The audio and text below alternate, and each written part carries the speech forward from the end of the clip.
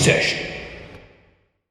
Welcome back to Court is in Session, presented by the Caps on Sports podcast. Nick, how you doing? Not great. Your Celtics going into a game 7. That was a good game yesterday. I know you were working when it was going on, but you get a chance to see the highlights? Yeah, well, I was able to watch some of the game. I was able to do. Thank God for the Watch ESPN app. I was able to catch the end of the end of the regulation, end of the first overtime, even the start of the second overtime. But I turned it off. Very frustrating. Just a very frustrating game. There's not really much. We could talk more about it when we get into it, but. Yeah, I think we can start with some news, and we'll keep this short. I'm joined here by Steve Nash in all his Brooklyn cliche photo op that they have. Dude, they put everybody on the roof of the hospital for special surgery, the practice center, and have them take the background picture. It's every picture. It's Kyrie. It was KD. Now it's Steve Nash, but he was introduced yesterday, and he said all the right things in the press conference. That's all I'm gonna say on that. Are you just laughing at Steve Nash? He's just Steve Nash right behind you, man. I'm chilling. I'm on the roof. He's got like a little unsure look on his face. It does look a little quizzical. You know, that's the photo that the Nets are using for all promo with Steve Nash. But he's like, do I really want to do this? Is this what's happening? It's a little windy. It's a little windy. So he's got the wind in his eyes, and he's on a roof and he's standing at the edge. Maybe he's like looking down. He's like, that's pretty far. I don't know if I want to be up here. But yeah, we'll get that out of the way quick. Steve Nash was introduced by the Nets yesterday. He said all the right things. I'm sure you didn't catch the press conference, but it's up on the Nets website. He said all the right things. I don't really care. What's he gonna say? Hey, I have KD, Kyrie. He showed high praise for both of those guys, and that's pretty much all you can do in the limited time that he's had so far. But we don't have to dwell on that too much. So that's coach getting hired. We have coach getting fired. Well, not fired, but mutually agreeing to part ways, and Billy Donovan in OKC.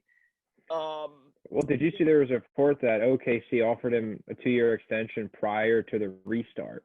I guess Billy Donovan turned it down, or I didn't really read too much into it. Yeah, I mean, I can't blame him for turning it down because he's been super successful in OKC. Maybe not super successful because he hasn't really won a championship, but he's been good in OKC, right? Like they've had, especially this year, it's questionable like what he was going to get, but he's gotten the most out of those guys. But in years past, I mean, he had Paul George and Westbrook, right? Like that's up there too. But he doesn't want to be part of a rebuild, which is understandable. He wants to probably go to a team where he's going to have a bit more say. And how the roster is built, or maybe he wants to have a roster built for him already and just work with the pieces he has. I don't think he wanted to be involved in not necessarily the uncertainty going on in OKC, but the planned rebuild. Yeah, I mean, it's tough to even know what OKC's plan is. They were supposed to be rebuilding. They trade for Chris, or they get Chris Paul, and the whole league thinks that's just a ploy, use him as trade bait maybe halfway throughout the year. They went on the record saying that they're not going to trade him, and then now they make the playoffs, and now it's like they're caught in this limbo. Do they rebuild? Do they keep going off of what they have right now? And I think Billy Donovan rejecting the contract offer and them mutually parting ways is about as good a signal as we're going to get to what they're going to do. I think they're going to rebuild because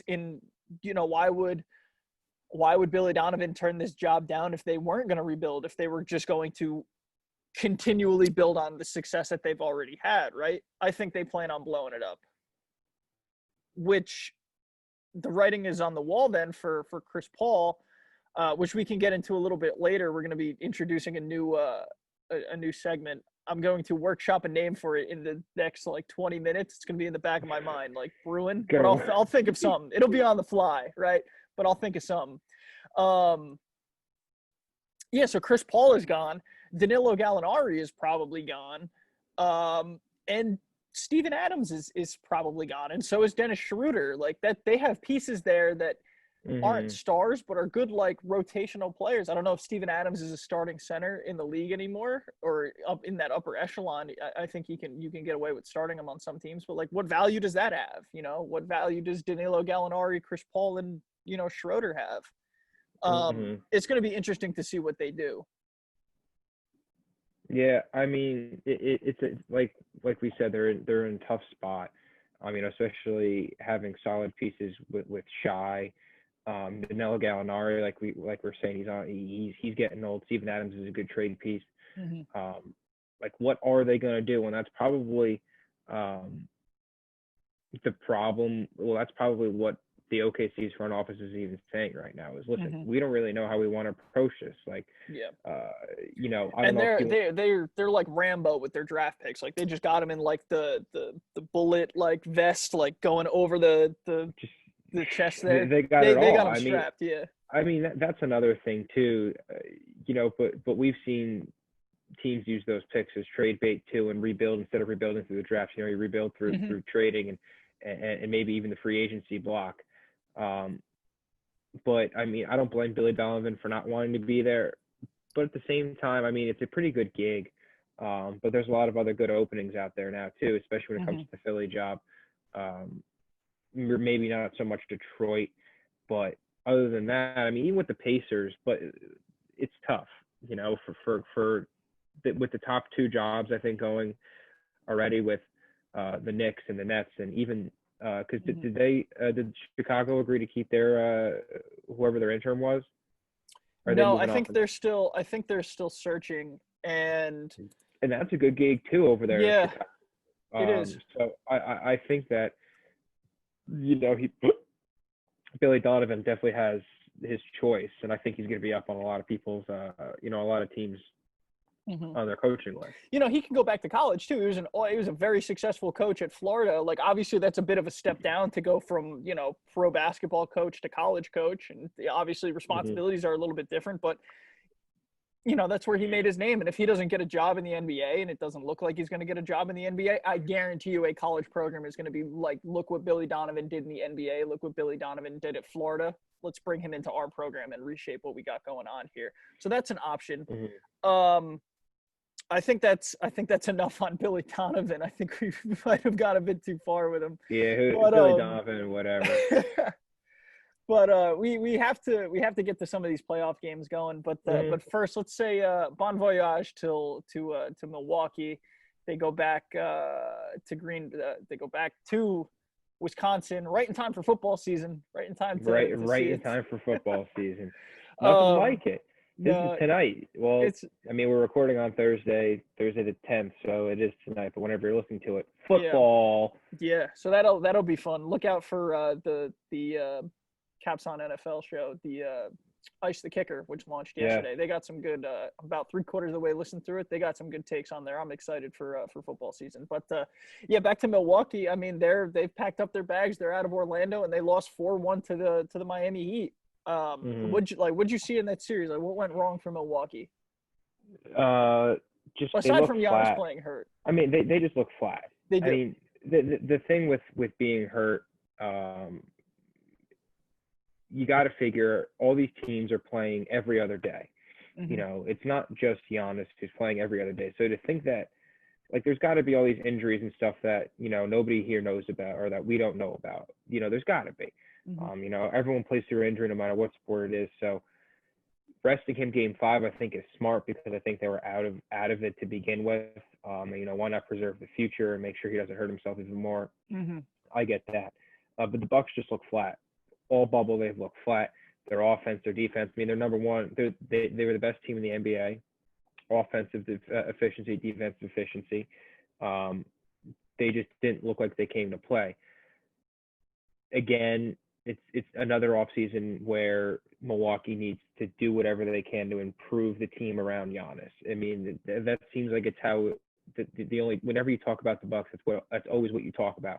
You have to improve the shooters around Giannis, and you also need Giannis to stop kind of running. Like a couple of his drives, he goes down to the hole and he's just running down recklessly. He's just running, putting his head Yeah. down and plowing through. And teams are finally starting to understand. set your feet right in front of them, take the charge, and you're going to put them in 5 fouls through 2-3 quarters, And the game slows down in the playoffs. Like we've seen this for years, and it's like a trope in the NBA, and everyone says it, but nobody like acknowledges it until it actually happens, right? Until like it happened this year. Like the game slows down in the playoffs.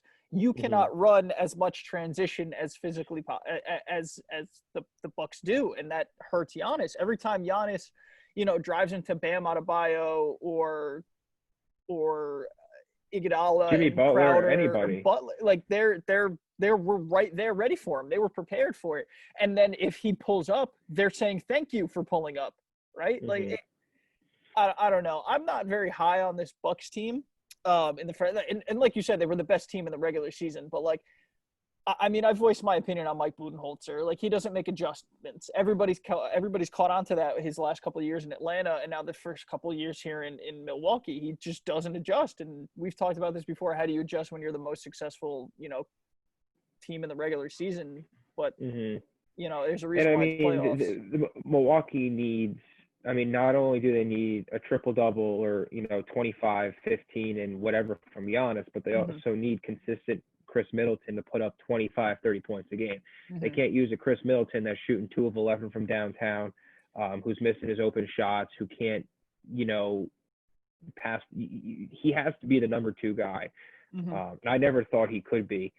He always have those flashes of the games, especially in the regular season. Where Chris Middleton was able to shoot the ball. I mean, he was an all-star. So I mean, the guy knows how to play. There's no debating that. But I don't think he has what it takes to be the number 2 that team needs. I think they need somebody else. They need another bona fide shooter. I mean, Kyle Korver they have Korver, who's arguably one of the best 3-point shooters of all time, but he's not who he used to be. You can't just have Korver out there. His defense is a liability. He can't really do anything else. And we saw that. We saw them try to do that with Giannis, where just stick out, 5 shooters, stick out, Chris Middleton and Wes Matthews and Pat Connaughton and Kyle Korver, and like hope for the best. Even DiVincenzo. I mean, they're just throwing people out there. They're hoping.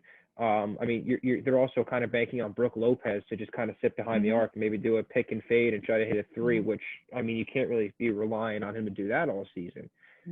So the Bucks definitely have they definitely need to take a step back. The front office needs to definitely reevaluate what they have and how they're going to proceed, for sure. Yeah, I mean, on the other side of the ball, talking about the Heat, I mean, they look good. But they also, those last couple wins that they had, they also look very sloppy. I saw a lot of turnovers. I mean, it's tough for me. I don't know if they're going to be prepared to play either it's tough because I'm trying to think. If they play the Celtics, I think the Celtics are a better matchup. I think it's a closer matchup than if it's Toronto. I mean, both teams they're all physical teams. But it's just can Miami kind of limit the turnovers and stop playing sloppy basketball? Because I saw a lot of sloppy basketball from them, but the only reason they won, I mean, we were watching Milwaukee and they're throwing the ball over the place to run down. They're not playing good defense. Right. So, I mean, it's funny because Miami went into being a sleeper pick to make the Eastern Conference Finals, to make the finals, even to win. And I thought it was a little outlandish to even think that they would be that team. Yeah, no, they're making a good run. Yeah, they are. They're solid. Before we get into Miami and then the Boston Toronto series, I'm putting you in the shoes of John Horst. He is the Bucks general manager, so he's going to be making the decisions in the offseason here, along with the ownership, and I'm sure Giannis is going to have some say as well. But you just got eliminated. Your team just got eliminated. It's officially the offseason for you. After your Maui vacation, what's first on the agenda for this Bucks team? What do you do? Well, I think they have a couple expiring contracts. Like, I think Gordon's expiring, to be honest with you, and maybe you let not Gordon, you let Bledsoe. You definitely have to re-sign Bledsoe, but I definitely think they need to make some moves when it comes to a point guard. Whether it's trading one, whether it's trading up in the draft to maybe get a young guy. They definitely need a veteran presence on that team too. But you look at trade bait, you're looking at shooters. I mean, how do you pass up Brad Beal? I mean, I know Brad Beal is not really trying to leave, but how do you pass up Brad Beal? Even Devin Booker, if he ever thinks about leaving Phoenix, why not try to snag him? I mean, yeah, maybe it's a pretty hefty haul, but when you have arguably the best player in the NBA who's probably going to be the next best player for, the next 10 years, I mean, who's just such a freak of nature, who you'll be able to keep forever, why not kind of go all in now? Right. So you basically have, this is the team that you just watched lose 4-1 to the Heat, basically your team next year, right?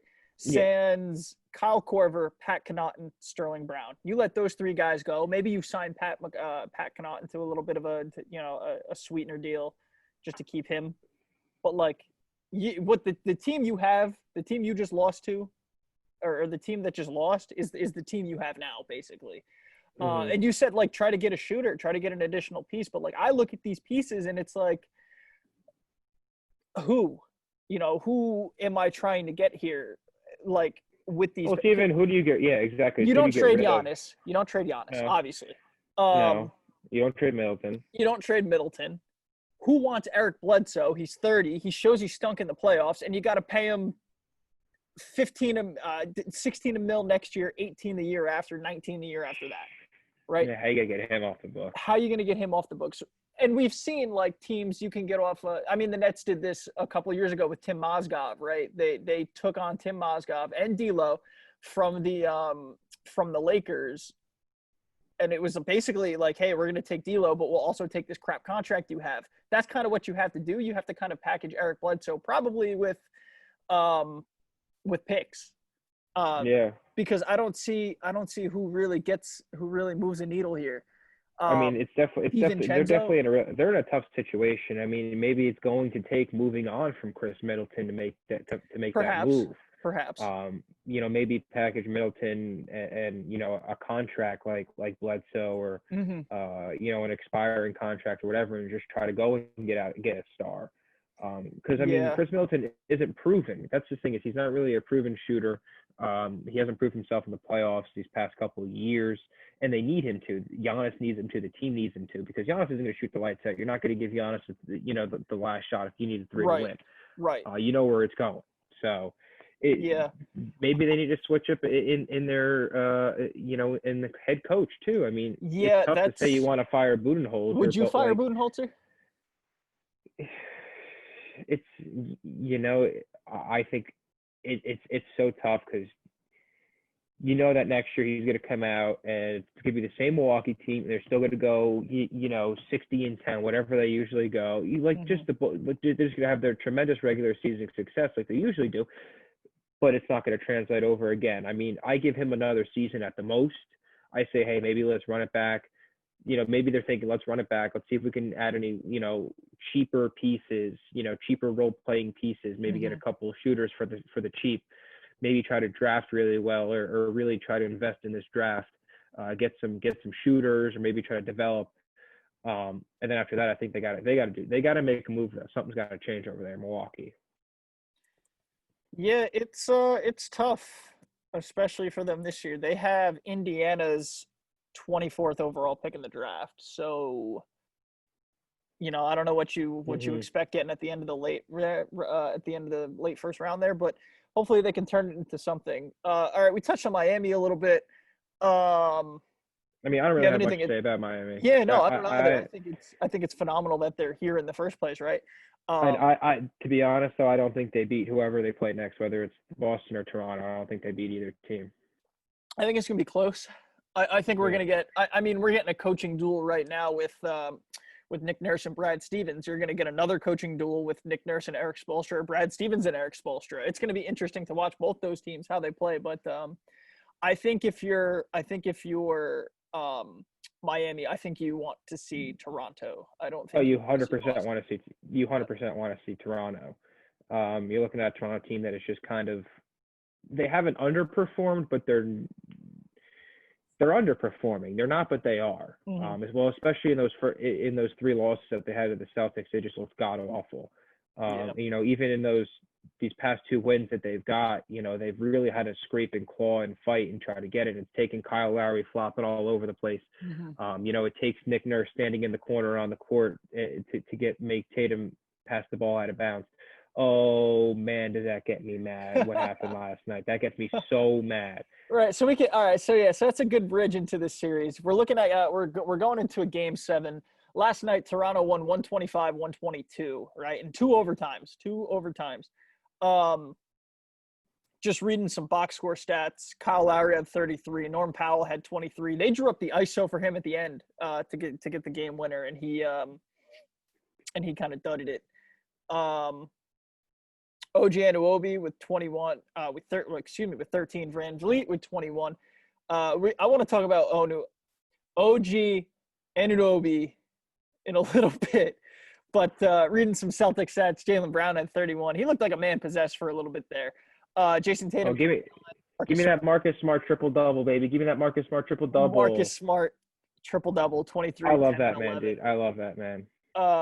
Daniel Tice, 18. Kemba Walker, 5 points in 51 minutes. Yeah, that's bad. That's bad. Outscored by Brad Wanamaker in 30 less minutes. It's tough because Kemba's kind of been doing this all postseason where he's gone, like 3 of 11, 5 of 15 from the field, just putting up, 5-10 points. And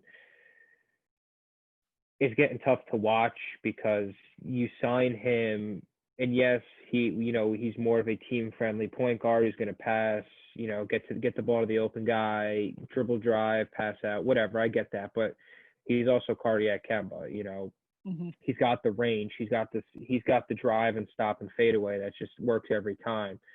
Seeing him struggle is putting a huge it's a huge hanging cloud over this team's head. I know for me as a fan, it's being real tough to watch. Towards the end of regulation, when he drives to the hole and he gets bodied by 2 Raptors and nobody calls a penalty on it, Mm-hmm. fine, whatever. That sucks, but I don't know. I just think the Celtics kind of, I guess this is me as a fan, it just seems like they always get screwed with these fouls. Whether they get the no calls or whether the call goes the other way. The fouls coming down to it kind of hurt. And it was a real tough game for me to watch last night. Mm-hmm. Kyle Lowry's game winner was, pretty ridiculous. You look at the defense that Kemba played on him. They literally interlocked hands after he shot the ball. So you really couldn't be any more on him than he already was. He just made a great shot. And what are you going to do when they make great shots like that? Nick Nurse standing in the corner of the court, right in play, right where Daniel Tice was wide open for the 3. Tatum comes out and says it's not Nurse's fault, that's my fault, and it probably is more so Tatum's fault than Nurse's. But get the hell off the court. Come on. In every sport, you have a coach's box. Baseball, they have a coach's box. Football, you have to stay on the sidelines. And then you look at this, and he's all the way down in the corner. It looks like he's playing he has a jersey on. He's on the court. Yeah, I'm watching the clip now. He's standing in the corner. On the court. He's on the court. One of his feet are peeking out onto the basketball court. Yeah, and we see in baseball, like, obviously the coaches have a little, like, coaching box, right? Third base, first base coach have a little box. So, like, I don't think you can institute that necessarily because like these coaches are going to want to walk up to like half court and yell at their dudes, right? Which is fine, but listen, they usually, I think it's an unofficial box. It hangs up, you go right in front of the scorer's table. You can always go all the way up to half court, and that's fine. But you don't see anybody pacing down all the way on the baseline. That's just not how it works. No, yeah, I agree. It's a tough spot for him to be in, and Jason Tatum probably should have realized, like, that dude's wearing a polo and not a green jersey. But so it's like it's fault on both sides. But I'll agree with you. He's a little bit out of place just for, just from what I was seeing. It just from sucks, like the man. clip I'm watching now. It just sucks going up 3-1, and now it's 3-3, and now I got to worry about a game 7. Everyone, Lowry played 51 minutes. Kemba, Tatum, Jaylen Brown were playing like 45, 49 minutes. Like, these guys are going to be exhausted. Today they're probably just going to lay around and get stretched out. Game 7 is going to be a close, sloppy game, I think, and I really, really, really, really hope we pull it off. I hope the Celtics pull it off. Yeah, I'm sure Miami's rooting for Toronto. But based on what I've seen in this series, like you touched on it. Kemba Walker's been bad, right? We can admit that. I think it's more of I think it's a combination of things, right? We've seen Kemba in 2 playoff series before in his life, both where he wasn't contenders. He was just in the playoffs with a Charlotte team that probably was like the 7th or 8th seed, right? I don't know the years off the top of my head, but I'm pretty sure they were like 6, 7, 8 seeds, something like that, right? So I think it's inexperience, right? But what worries me is it's inexperience in a different environment, right? Like what if he was playing in Toronto right now and he was, shooting like this? Like they'd be going nuts, right? Or what if he was in Boston and he was doing this? He'd be booed off the court, right? And that Oh, hurts. I'd be yelling at him right now, Yeah, even more I'm than I'm sure. already. Yeah, I mean that's just what fans are. Fans are just gonna boo this man off the court, even though like you can hate on Kyrie's playoff performance and Kemba's here doing the same thing, right? But the difference is, I mean, he's only taken 11 shots. In game 6, he took 11 shots, right? When you don't have it, you have to acknowledge that you don't have it, right? And you have to do something else. But I think the other half of it is he's a smaller guard. I mean, he's listed at 6 foot. I think it's probably fair that he's about there, 5'11-ish, something like that, probably a little smaller, right? And you look at the Raptors, right? He's getting guarded by Kyle Lowry, who's one of the league's better defenders. Flop or not, he's still one of the better defenders. He's getting guarded by Fred VanVleet, who's really improved as a defender, since coming into the league, since coming out of the G League in Wichita State. So he's a capable defender. And if he does get to the rim, he's meeting Pascal Siakam, OG Anunoby, and Marc Gasol. Like those dudes, Pascal is one of the lengthiest dudes in the league. OG's lengthy. And OG, Ibaka's made really a career. taking a step up. Yeah, he's been playing legitimate center minutes for him, and he's been he can guard 1 through 5, and you'll feel comfortable doing that. But especially because the Celtics are a little undersized, and OG's a bigger dude, but it also helps when OG's making these big time shots when it comes to corner threes or dribble drive layup, the and ones, making the plays defensively. He's playing big minutes for them, and that's huge for the Toronto team in general, especially going forward. Team development and stuff like that, building a team around Siakam and even Van Fleet. I mean, they'll be all right. It's gonna come down to the wire next game. It's going to. There's no way it doesn't come down all the way to the end. No, I don't see a situation where it doesn't. I think that's enough on this series. You got a game 7 predict. You're gonna pick Boston. Boston. I think I'm gonna take Toronto. Just to be contrarian here. It's funny because we said it was going 7 games in the beginning when we were talking about the beginning of the series. We were talking about going 7. We said it was but I didn't think it was going to be a 3-1, a 3-1 comeback to 7. I thought it was going to be 1-1, 2-2, 3-3. But 3-3 coming back, 3-3. It's all the same thing. Moving on to the Western Conference, we have the Clippers and the Nuggets, and the Clippers are up 3-1. After 96-85 win yesterday. I thought the Denver Nuggets were going to get swept.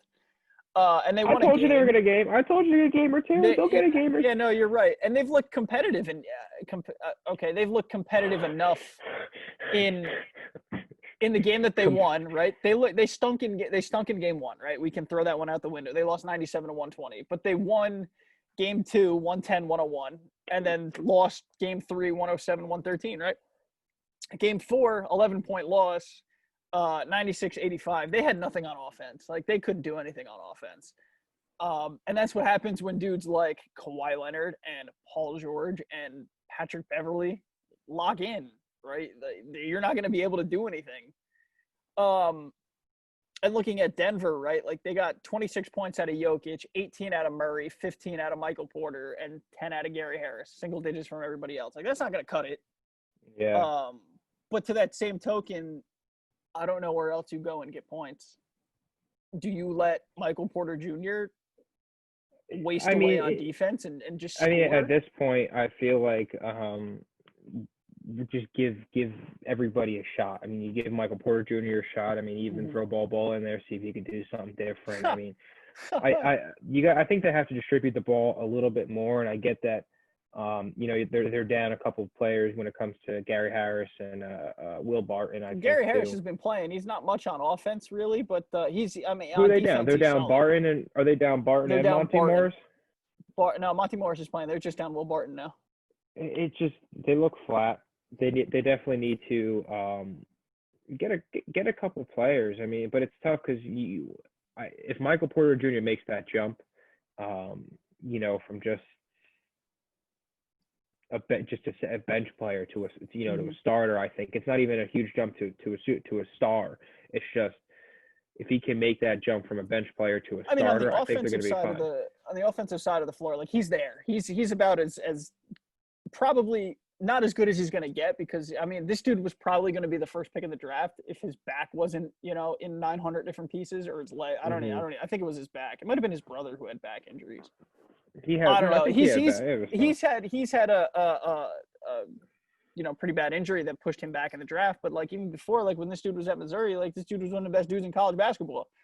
Yeah. Um, Yeah. the I mean, offensive talent is there. The defensive talent needs to pick up. catch up. Yeah, Um, because it's tough. Denver's a good team. They're real well. I think they're built pretty well. Especially between Jokic being a good ball, he's a good game manager, and even Jamal Murray is pretty much able to do it all when he can. I mean, when mhm. he's feeling good and he's in the I mean, he's zone. been more consistent in the playoffs at least. Like 18 points a game is nothing like the 50 he was dropping against Utah, but like 18 points a game is solid. Yeah, I Um, mean, you'd rather get that than than what other five, some other six. than other 5 or 6 that Yeah, Kemba's given you. yeah, So Denver's in a good spot. I think they just need to make a couple improvements. But I think they did get a little unlucky when it comes to having to play the Clippers. I yeah, mean, for sure. the West is so loaded. If you talk about Denver in the East, I mean, you talk about any of these West teams in the top half of the East. I mean, Hmm. it's going to be a lot. It's going to be a whole different story. But tough draw with LA with the Clippers. I think Paul George is playing a lot better now too. Kawhi's starting to look a little bit more comfortable out on the Yeah, floor.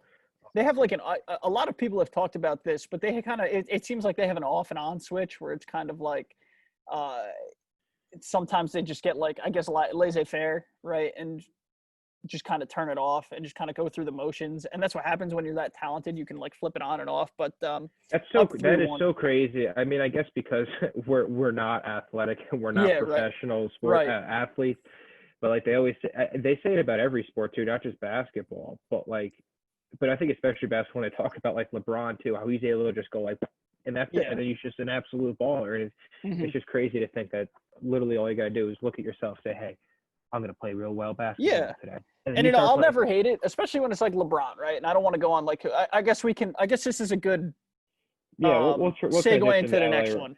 Um, but with LeBron, right? Like people are always like, "Oh, why isn't he guarding the best player?" It's like, well, LeBron wants to make the championship every single year, right? And if he loses this game, like it's probably not a big deal in LeBron's mind. But like once you get to the Hmm. playoffs and then he's guarding that guy, you're like, "Oh yeah, that's why he takes possessions off in the regular season because this dude is so good and is saving himself for the playoffs, right?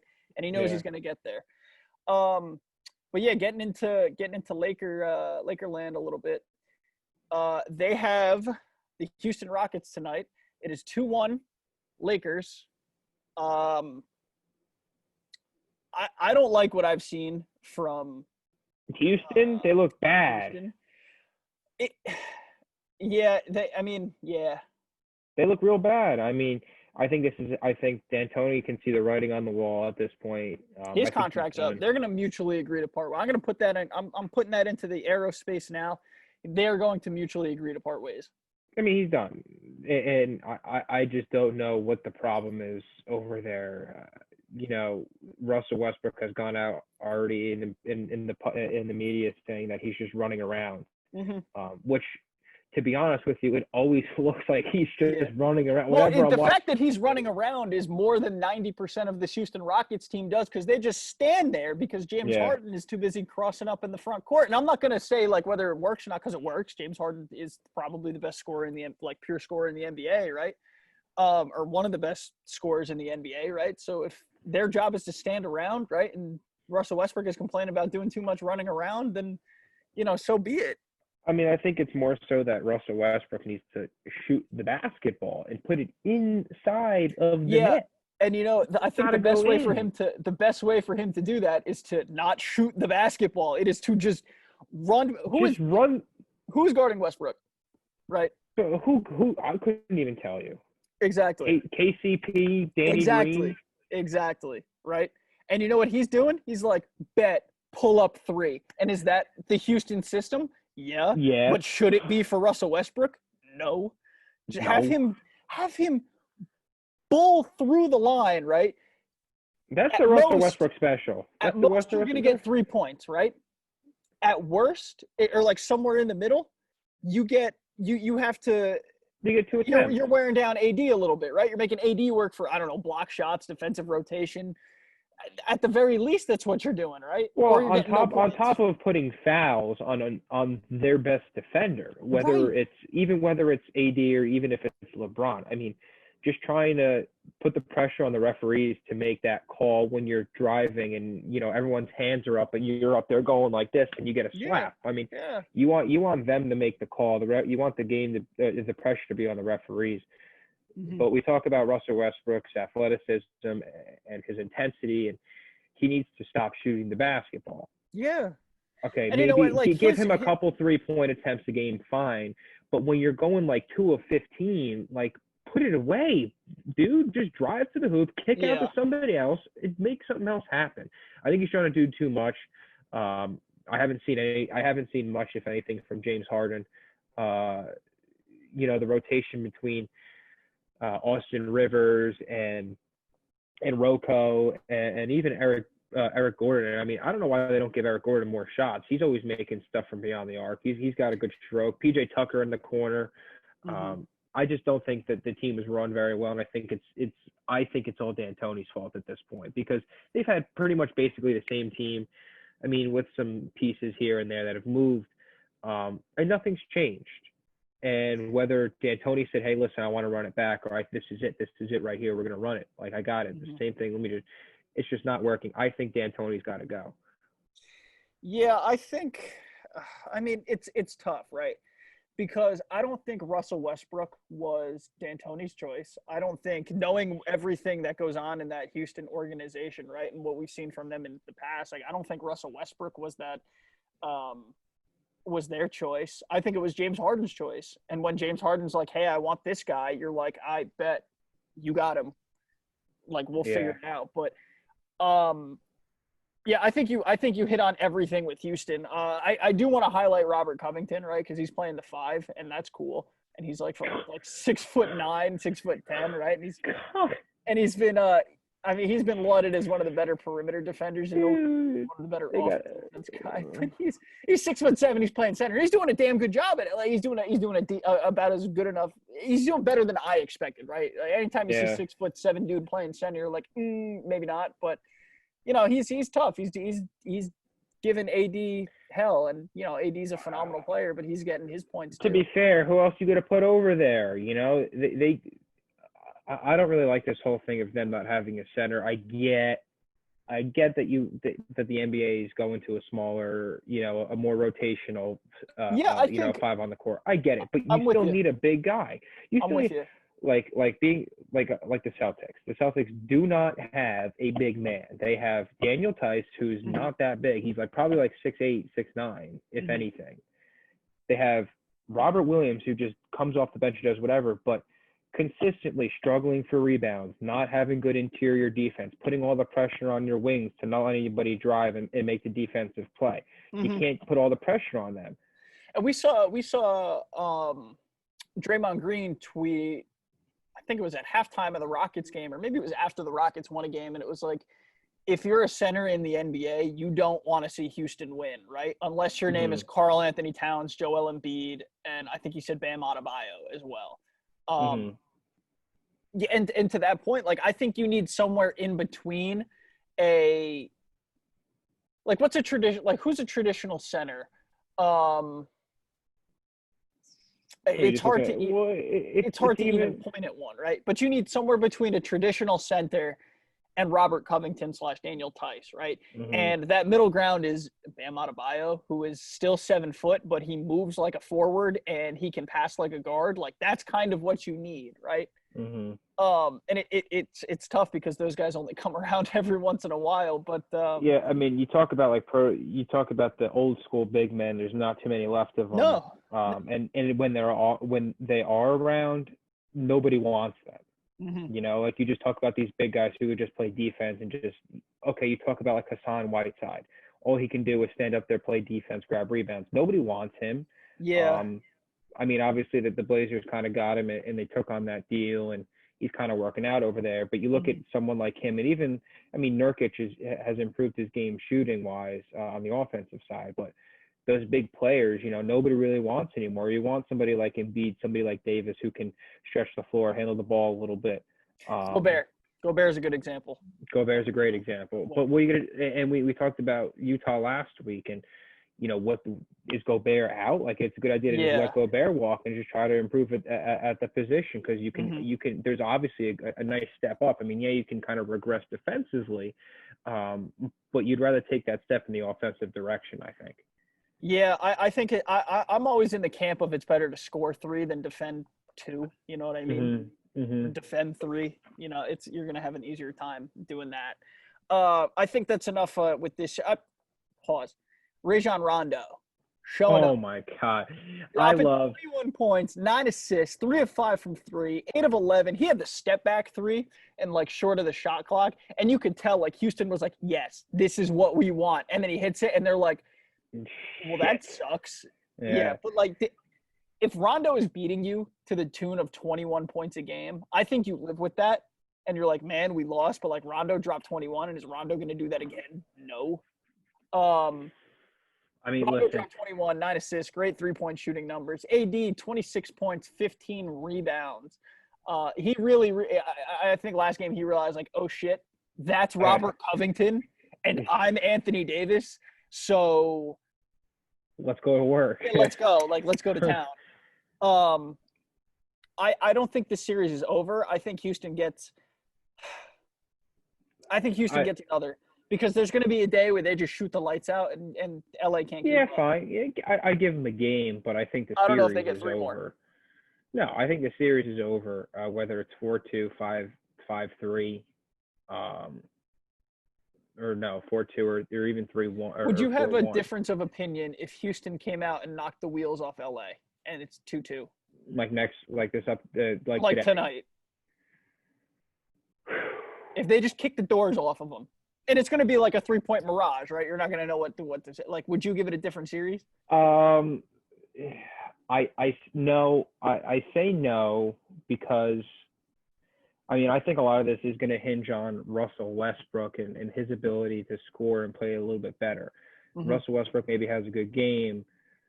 Maybe I'd be more comfortable saying yes, but overall, I mean, the Lakers are built fantastic. LeBron looks like he doesn't want to lose another game for the rest of his life. So, I mean, I feel comfortable taking LA in this series no matter which way it turns. I do too. And even if Houston comes out and like bulldozes them. Yeah, and bulldozes them, like kicks them in the jaw. Like, I think LA is built for the long term, right? Like, if Houston hits 6 shots, like if Houston hits, like if they shoot 63s and make 30 of them, right? Then that's great. I don't think they can do it. Danny Green can get fire any second too. You look at for sure. They have the 3-point potential between Danny Green and between even LeBron, and I mean, I guess you could throw Rondo and KCP maybe, but between Danny Green, LeBron, and Anthony Davis, I mean, those are 3 pretty solid 3-point shooters. Granted, Anthony Davis can't really take it contested when you need him more from the pick and roll and have him fade out, but they can keep up, and even if they keep the game close, I think as soon as Houston brings in their second round, their second role players, they're already falling down a little bit. And Daniel House tonight might not play. I think his status is up in the air. I think they're still investigating. But the rumor is he had a COVID testing, I don't know, assistant, nurse. I don't know what they're calling him down there. Nurse, doctor, administrator. Like yeah, there you go, administrator. He's the individual administrating the COVID-19 tests in the bubble. Had her up to his room. Some would say that that doctor, that administrator gave a house call. No, he gave a house call. You were waiting for it.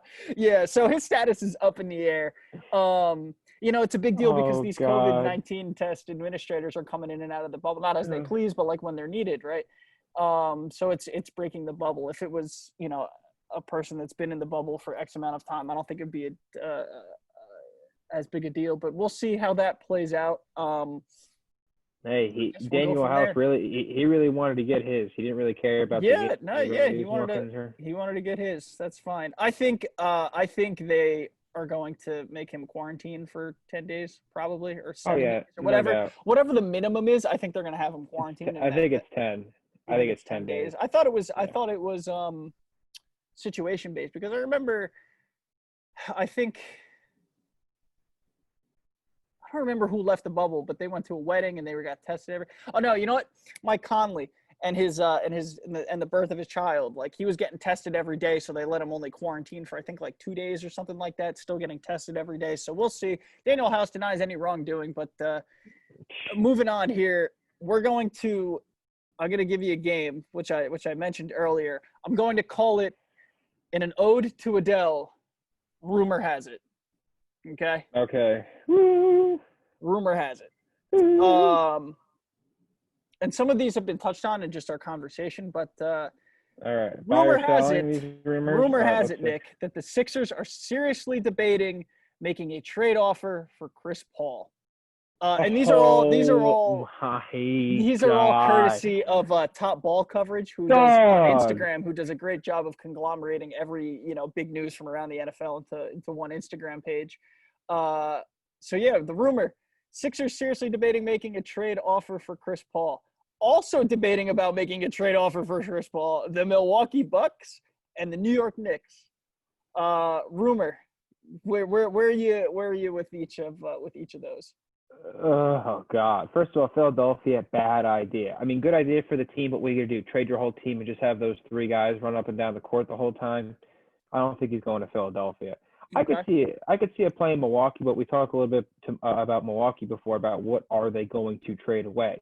Are they going to trade away just all these future first round picks and throw in a couple role players? I mean, maybe, who knows?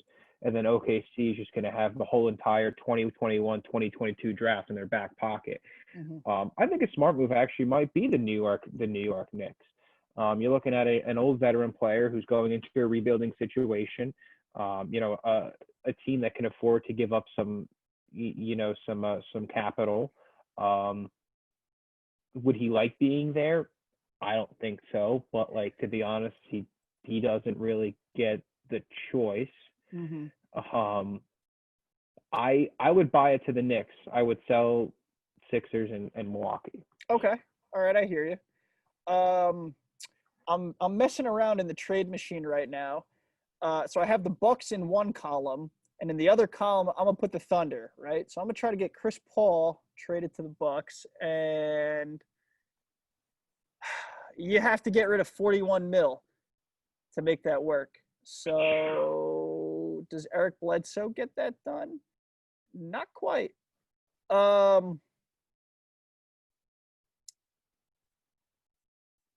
Yeah, that won't work. So you gotta put a lot of money together. I knew that wasn't gonna work, but yeah.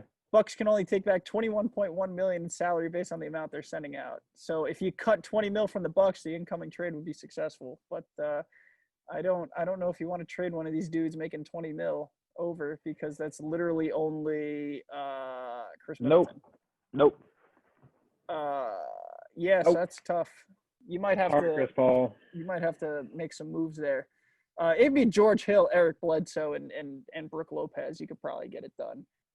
That combination of players, probably plus picks, but at that point, what do you want to give up for Chris Paul? At that point.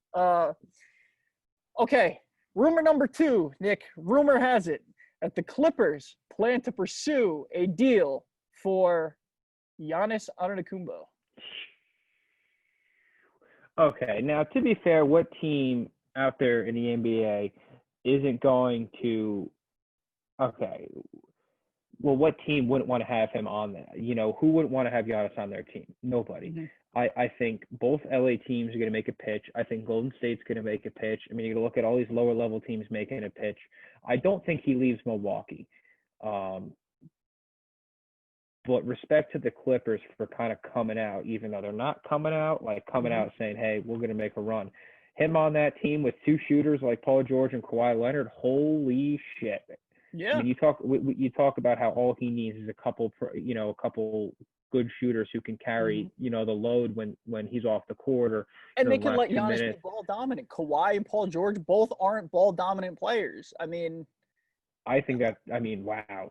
You talk about a perfect fit over there with Doc Rivers and the Clippers front office Mm-hmm. and the supporting cast. I mean, they're going to have to clear out a lot of room probably to sign him, but Oh, it's gonna be wow. Harrell. It's gonna be picks. It's gonna end up being a lot. Well, what they talk about trading him or signing him? If you're talking about signing him, you got to lose Harrell, you got to lose Lou Oh Will. no, You're it'd be going to have trade. to, It'd be a trade because I'm pretty sure Giannis is there for a decent amount of time. yeah. I mean, you're giving up a lot. Is it worth it in the end? I would say absolutely. Oh, for the Clippers, absolutely. Yeah, go for it. I What do you say have to any team. lose? I don't see why And if you're the any Bucks, team. right? If you have any indication that Giannis is going to leave after next year, get ahead of it. Mhm. Yeah. Go jump on it.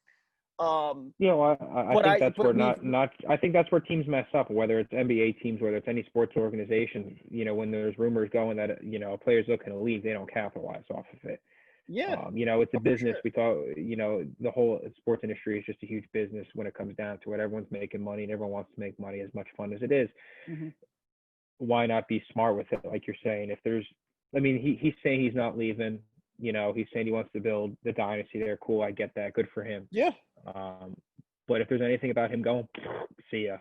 Let's see. Let's try to get the whole world for you right now. yeah. I mean, when rumors arise like this, especially in NBA, it's coming from one of two camps, right? It's coming from the players' camp or it's coming from a team's camp. Um, all of these to me seem like it's coming from the team's camp. Mm. Where like a reporter or somebody with sources will go and ask their source, right, within the team, like, hey, what are you hearing on Giannis? And then they're like, oh, we plan on, doing this for him. I feel like it's like when Giannis, if the rumor was Giannis wants out, right, that's coming from the players stuff, right? And I think it's fairly easy to tell when it's coming from the media, like not from the media, but from a team and from the players camp itself or from the players team itself. Um, Moving on, rumor has it, Chauncey Billups has emerged as a candidate for the Pacers head coach. That's per Adrian Wojnarowski. Chauncey Billups is all Sporkle team right there, so I got to give that guy a Mm-hmm. shout. Um, Listen, to be honest with you, it's Detroit. I quite frankly couldn't care less about Detroit. Indiana. Indiana. I thought he was talking about Detroit. Mm-mm. I Detroit mean, sells even Blake Indiana. Griffin as their coach. I didn't know they. I thought they moved on from him. But Indiana, what do they need to do? Like what does that team need? I mean, a lot of different To things. blow it up Yeah. and try So again. so That's blow it my up opinion. so they want to blow up and start with a new head coach that's got no head coaching experience. I don't think that's the way to go. I think if they already had some, a team established or at least some talent established there and they were ready to run, maybe getting Mm-hmm. a younger coach to try to, help build some camaraderie. Yeah, but if you're going to blow it up and start from scratch, you want someone who knows what they're doing. Yeah, I'll give you that one. That's fair. I agree with that. Let me try to find another one here. Uh, Becky Hammond is among the coaching people as well, coaching rumors as well. Um, let's see. It's off season for a lot of these teams, but we haven't really seen any big It's tough. rumors There's yet. really been nothing going on. Everyone's kind of staying quiet. Everyone I think is quarantined too, so that's kind of it. Oh Yeah, man. yeah, They I'm just trying to find they one more here for you. Um, Kevin Durant was playing catch in Manhattan Beach. Yeah, I saw the video of him online, and he looks like a normal human being, and then you see like other people coming up to him that are half the size, and I'm like, whoa, that's a Yeah, 7 foot, you that's know a 7 foot forward. the Nets fan in me is like watching him as he like moves on the sand, like trying to catch a baseball, like just because of like his knee, his Was it Achilles? yeah, his Achilles, yeah, and his calf, right? Um, it's tough watching him like try to catch a ball like that, and it's like baseball's not that dude's sport, but he's having fun, so it's great. Um, All right, last one. Rumor has it that Carmelo Anthony would be more interested in rejoining the Knicks if they get Chris Paul. That's it. So That's that's the it. That's rumor. it. That's So the he would rumor. be I don't know why he would leave. I don't know why he would leave Portland. That's a great place for him. The city loves him. The team has a role for him in that offense, in that team. Mm-hmm. He's built himself a role on that team. Especially with Trevor Ariza, opting out, and Rodney Hood not playing. He definitely was able to take a step forward with that team and kind of show the whole entire league that he still belongs, on a team in a starting lineup. Mm-hmm. He balled in the playoffs. I don't know why he would. I really don't think he should leave. I mean, you want to go back to New York and kind of deal with all that bull crap with, with the front office and Dolan and the ownership. Like I would stay far away from New York if I had the option to. Especially, he seems like he's got it made there in Toronto. I keep saying Toronto. He's got it made for him in Portland. They don't need him to be that guy, so he doesn't have any pressure on him. The pressure's on Dame, and then it's on CJ, and then it's on him. So he's the third option on that team. He could just sit in the corner and make threes and take it easy. I would not leave. Yeah, I wouldn't. I don't know if I'd leave either. Home for Carmelo is New York, right? Mm-hmm. I think the appeal is there if he thinks that this is his last year, right? And it kind of bridges in three different directions, right? For me, if I'm Carmelo Anthony, right? What's up, Melo? Hi. Let me get that half Mets, half Yankees hat that he's got going on sometimes, and I'll be good. And then I'll yell at AP. They said I got to come off the bench. It goes down three different waves here for me if I'm Melo. Number one, four different waves. Breaking off from two different ways. Okay, I see this image in my mind, and I'm trying to describe it. It's not going well. I'm sorry. Yeah. Pathway number one, right? I still think I can play in the NBA, right? Pathway leading off of that one is stay in Portland because that's what's best for me, right? To still be a contributor to this team. We're going to get to the playoffs. I like playing with Dame. I like playing with those guys. Option two, go ring chase, right? Sign on with the Lakers, with the Bucks, with the Heat, with the Nets, with the Celtics, Raptors, Clippers, not somewhere along those lines, right? Mm-hmm. Those top contenders, right? To go chase a ring. And that's not saying Portland isn't a contender, right? But I don't think they're in that upper echelon of ready-made teams like the Nets, like the Clippers, like the Lakers, etc. That's option two. Option 3 and 4 come if I think I'm going to retire, right? Option 3 being let me go back to the Knicks for a retirement tour, right? I'm going to play big minutes because the team is young and they stink. I'm going to be playing with Chris Paul, who's old but doesn't stink. Maybe we put together something and it's cool, and I could say hey, I helped New York get back to general relevancy, etc. That's option 2.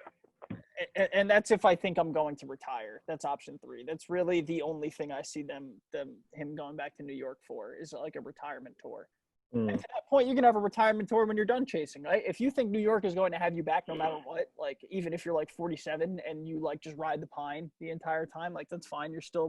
You'll come just in when you're you're at 47 40 or when you're up 40, and you'll make some shots and you'll get some fans, and that's it. But I don't think that was like Vince Carter at the end of his retirement tour. It was hey Vince, here's the 25th chair on the bench, but let me get you in for the last 30 seconds Vince to make Carter it. Has been in a retirement tour for 6 years, and this is the year obviously he called it quits, right? But I mean, you look at Vince Carter's last stops, and he's played a big role in these teams in a sense of not on the court, but in the locker room mentoring like that. But 60 games. He's the boy. Atlanta, VC's the boy. 76 with Atlanta, 58 with the Kings, 73 with Memphis, 60 with Memphis, 66 with Memphis.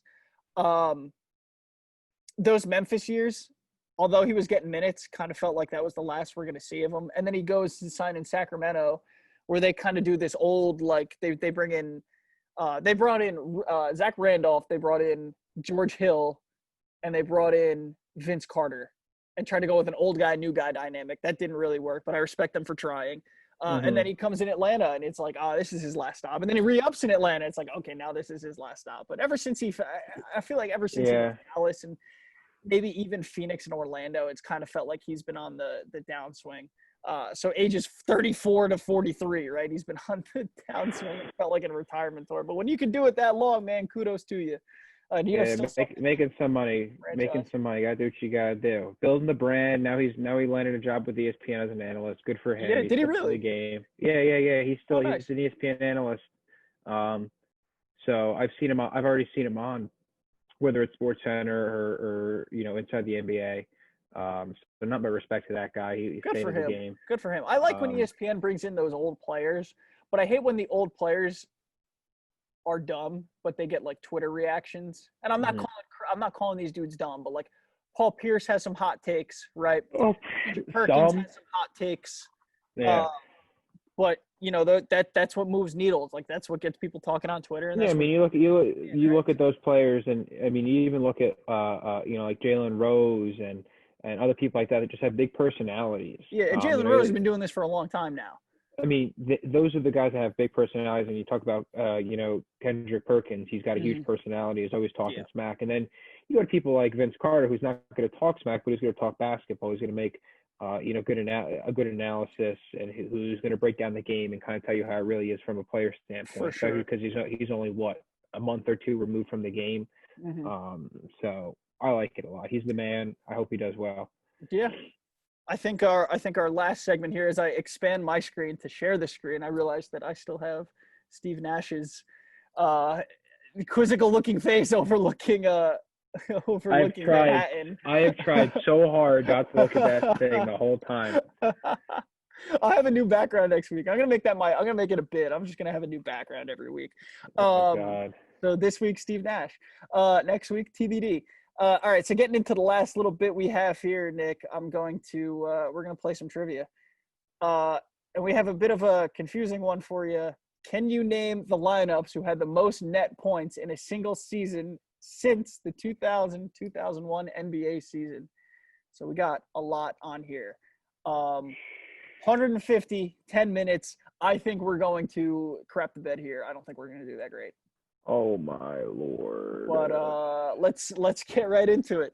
So 2005, 2006 Detroit. T. Billups. Yeah, that's in there. Rip Hamilton. This is probably one of my favorite teams to watch. Like when I was growing up, and they got the Wallace. Oh, John Wall's somewhere down there. Okay. The Wallaces. Yeah, and the Wallaces. And we get them for two there. We get 04, 05. All right, So Phoenix, you got your boy. Yes. Thank you, sir. Do you know how to spell Amari? No, but I know how to spell Sean Marion, and I know how to spell Jason Richardson. Or Quentin. Oh, what did I say, Jason? Damn it. Oh, Quentin. Stoudemire.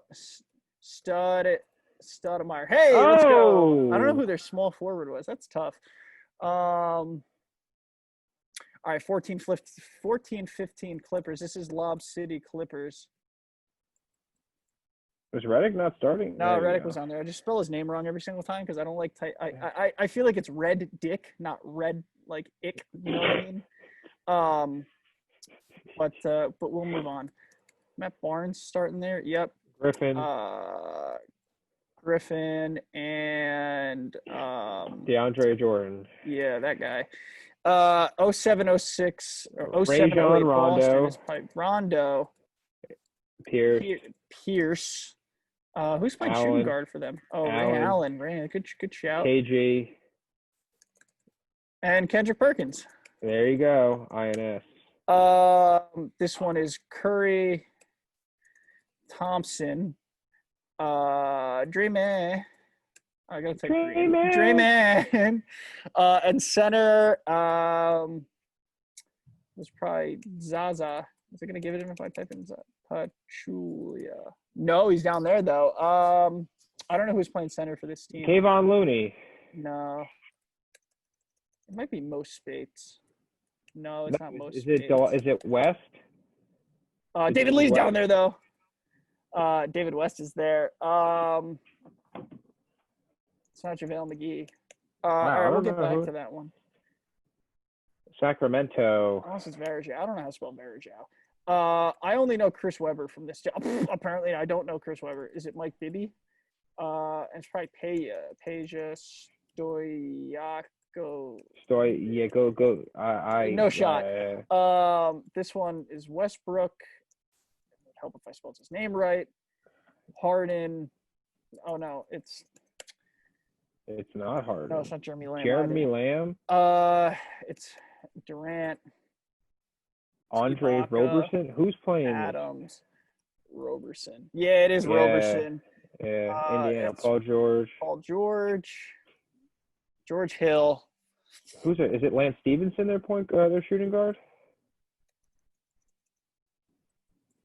Yeah. And then their center's Roy Hibbert. Wow. Who's playing shooting guard on this one? Is it Cephalosha? Tabo. I'm surprised I spelled that right. Kevin Martin. Kevin Love.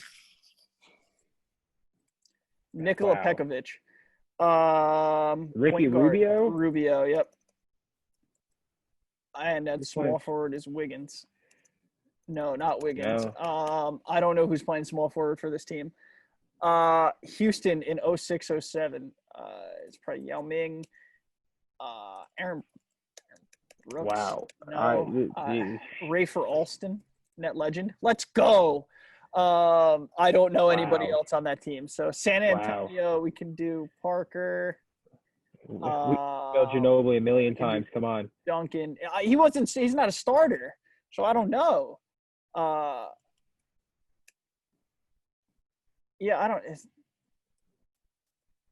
David Robinson. I don't know who else was playing for that team then, so I can't really do anything else there. Avery Johnson or Avery, whatever his face is. Yeah, it might be Avery Johnson. No, but we got Joe Johnson up there in Phoenix. Net legend, Avery Johnson. I do a really good Avery Johnson impression, but I'm not going to do it right now. Yeah, don't do. Kobe and in 10 and 11. Yeah, it's a Gasol. It's maybe Bynum. Lamar Odom. Yeah, and then Derek Fisher. Yeah, I don't know who's playing small forward for that team though. Yeah, I don't know. Golden State 13-14. Steph, Clay. No Harrison Barnes, but we got David Lee. I don't know who we have at center. John Wall, Brad Beal. Small forward, probably Otto Porter. Who's their center? Like that, Marcin Gortat. That's his name, Marcin Gortat. From the top rope. I don't know who's playing power forward for this bum-ass Washington team, but Ian Mahimi. Probably not. Probably not Mahimi. Mahimi. Nope, not Ian Mahimi. We got 4 minutes, 20 seconds left. Just Blaze. I don't know who's playing power forward for that sorry team, but I remember when the Nets offered Otto Porter a max deal. That was cool. Yeah, it's a good thing you didn't. Yeah, we did, but good thing that Washington said, yeah, we'll match that. New Orleans, we got Chris Paul, we got David West. It's Tyson Chandler was their center. This is a team in 2K that has like there's 5 starters and like 2 dudes on the bench, so like they're never used. But I don't know who the shooting guard. Their shooting guard is Peja Stojakovic, but I can't spell Peja Stojakovic. Let me see. So I don't know where to go from here, but I guess I'll start on the next one. 09, 010 or 09, 010. 2009, 2010 Orlando is at least Dwight Howard, and probably Aaron Aflalo. All right, you ready for Stojakovic? I guess so, yeah. Stojakovic. Stojakovic.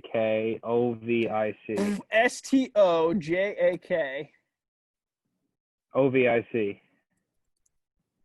There's a small forward. And we got Page up there, too, for Sacramento. I told you Page was on both these teams. You're right. You're right.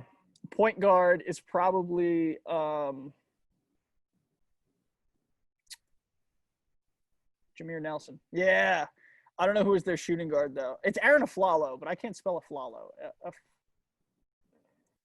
Okay. You can't. Yeah, I guess Aaron doesn't work either. No, probably not. 03-04 Indiana. I honestly have no clue. Reggie Miller? Yeah, Reggie Miller. Oh, Brad Miller up there for Sacramento. Okay. That's cool. I don't know who else was on this Indiana team, so I'm gonna call it there and hope for the best. Who was playing power forward for Detroit in 2007, 2008? Oh God. That's a tough one. Drummond's not around that long. That's a long time. No. All right, 09, 010 Memphis. So we got no. Oh, Mike Conley. I didn't realize how long Mike Conley's been around for. It's probably Tony Allen. Not Tony Allen. That's cool. But we got Randolph. No. 09, 2010. He's playing small forward for the Grind City Memphis team. I have no idea. 04, 05 San Antonio. So we got Parker, Duncan. Wow, dude. Who else is on that basketball? Tiago Splitter. You know nobody on that Nets team? What Nets team? Oh, that 04, 05 Nets team? I got you. It's Kidd, Carter, Jefferson, probably Collins, and Kristich? No, not Nate Kristich. I don't know who's playing power forward for this Nets team. Chris Humphries. No, not no 405, brother. It might have been Cliff Robinson. No, not no 405. It's going to bug me because the Nets have never had a good power forward. Anyways, 06, 07, we got Josh Howard. We have Nowitzki. Nowitzki.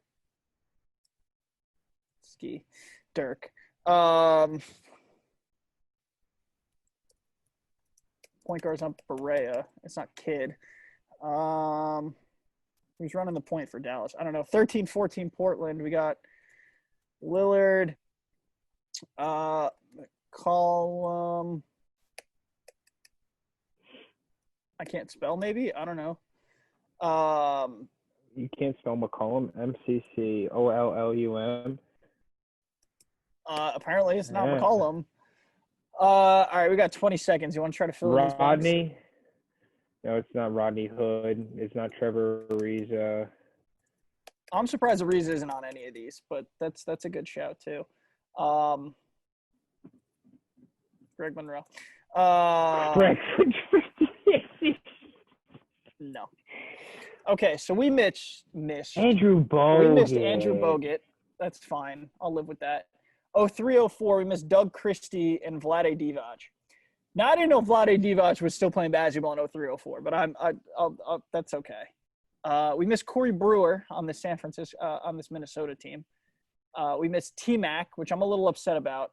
Yeah, I'm more Shane upset about Battier that. and Chuck Hayes. Do you remember there's a video of Chuck Hayes shooting a free throw, and he goes up, and it's a technical free throw, and he goes up, and he puts it up like this, and then he pump fakes, and he shoots it. It's a funny video. It's pretty good. He has Chuck Hayes, the worst free throw form I've ever seen in my life. All right, so we missed Steve Smith and Bruce Bowen. We missed Meta World Peace for the Lakers. That's fine. Andre Iguodala. We missed Bogut again. We missed Markieff Morris for this Washington team. Yep. Markieff Morris. On Memphis, we missed OJ Mayo. Dude, and Rudy Gay. Detroit, we missed Antonio McDyess. This Indiana team, Jamal Tinsley, we missed Meta again. Jermaine O'Neal and Jeff Foster. This was Malice at the Palace, I believe. We missed Rashard Lewis, who I forgot existed and played basketball. Mo Peterson, I don't know anything about, so I'm not mad about that.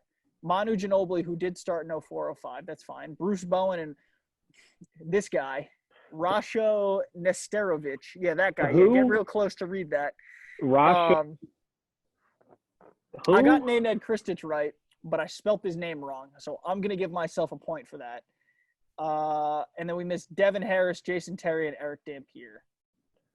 And on Portland was Wes Matthews, Nick Batum, LaMarcus Aldridge, Robin Lopez. And on Phoenix, we missed Jared Dudley, the shooting guard, and Channing Frye. Jared Dudley, the shooting guard. So overall, 77%, 69%. That's not bad. Average That's score.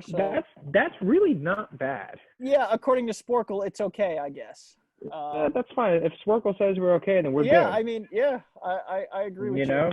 But Nick, that's all the time we have for today. I'll let you say goodbye to myself and Steve Nash.